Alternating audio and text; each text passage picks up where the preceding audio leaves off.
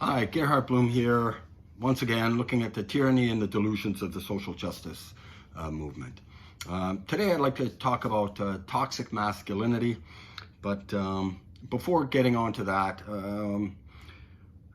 I just have to offer comment on the shameful behavior of the police responding to the shooting at the school in Texas.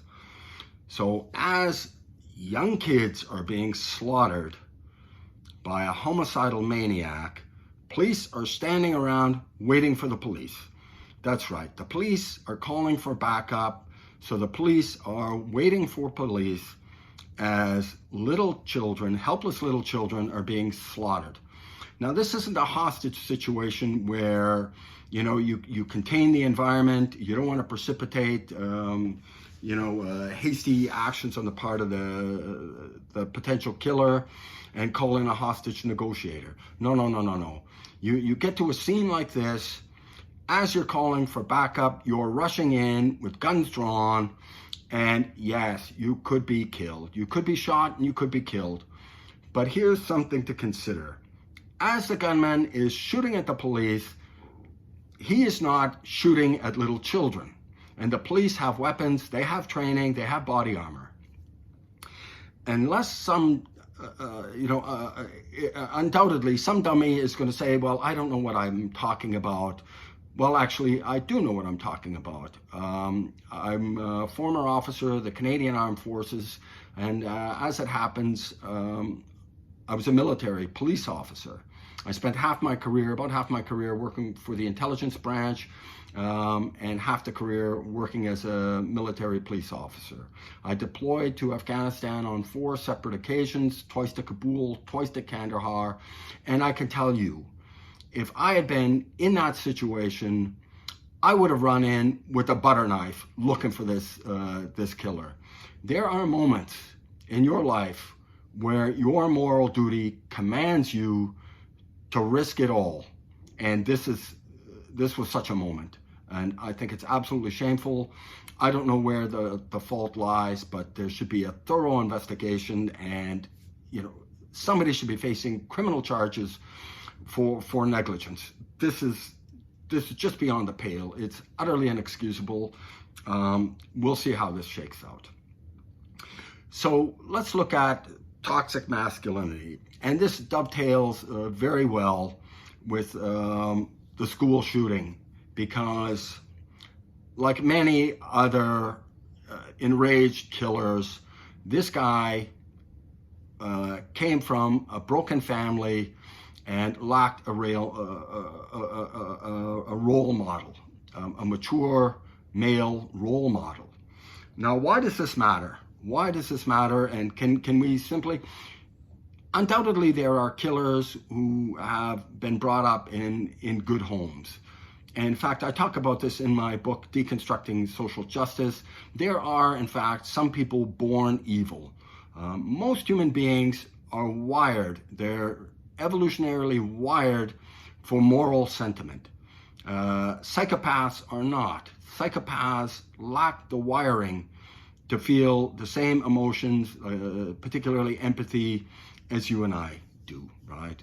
So they can come from good homes and turn out absolutely awful human beings.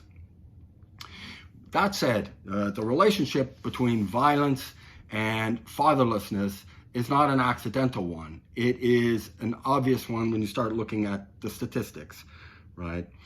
So first, let's look at the issue of toxic masculinity, broadly speaking, right? Yes, masculinity can become toxic, right? And 93% of federal inmates are men. 90% of murderers are men, and the vast majority of rapists and child molesters, they're men, right?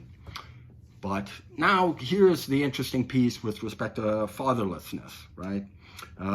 Over 80% of youths in prison, single-parent homes. That's right, no father, right? 70% of high school dropouts from fatherless homes.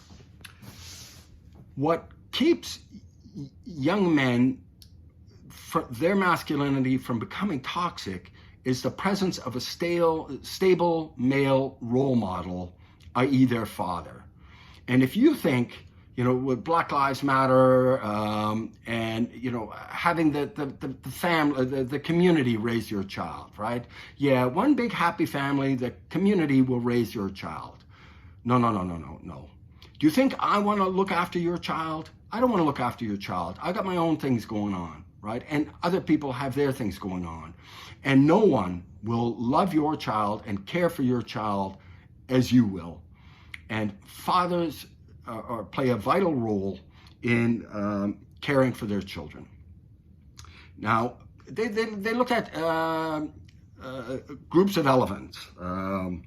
Groups of elephants, if you have a poacher that has killed the stable adult males, the mature adult males in this elephant herd, and there's a young adolescent elephant, they become very aggressive. They're very dangerous.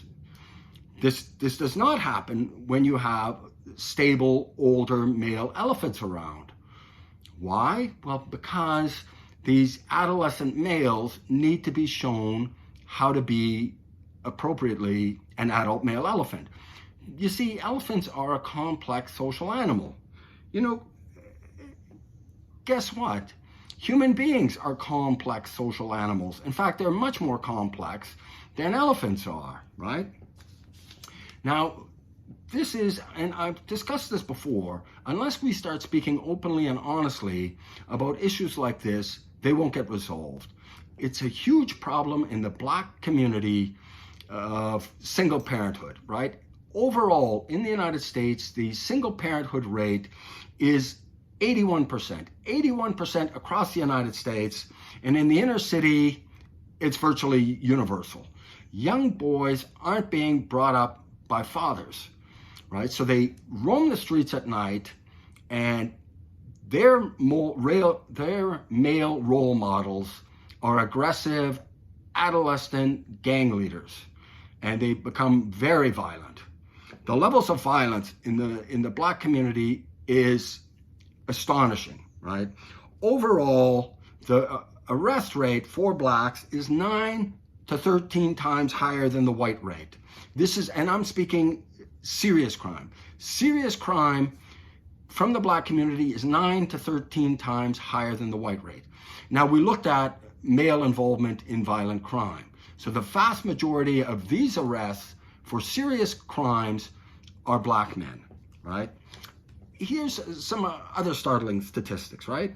In New York City, one city, if you removed Black crime from the city of New York, you would see a 90% reduction in murders.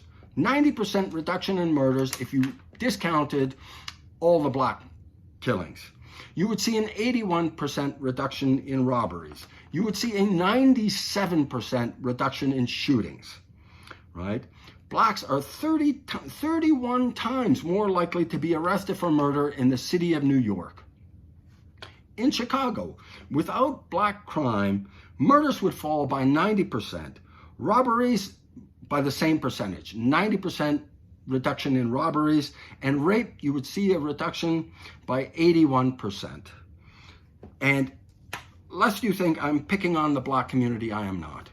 This is a serious problem for the Black community because the vast majority of the victims of serious Black crime, including those killings, are Black people. And this defunding the police has just exacerbated the situation, and it's spiraling out of control. And we also need to look at the circumstances in which men become toxic, or masculinity becomes toxic.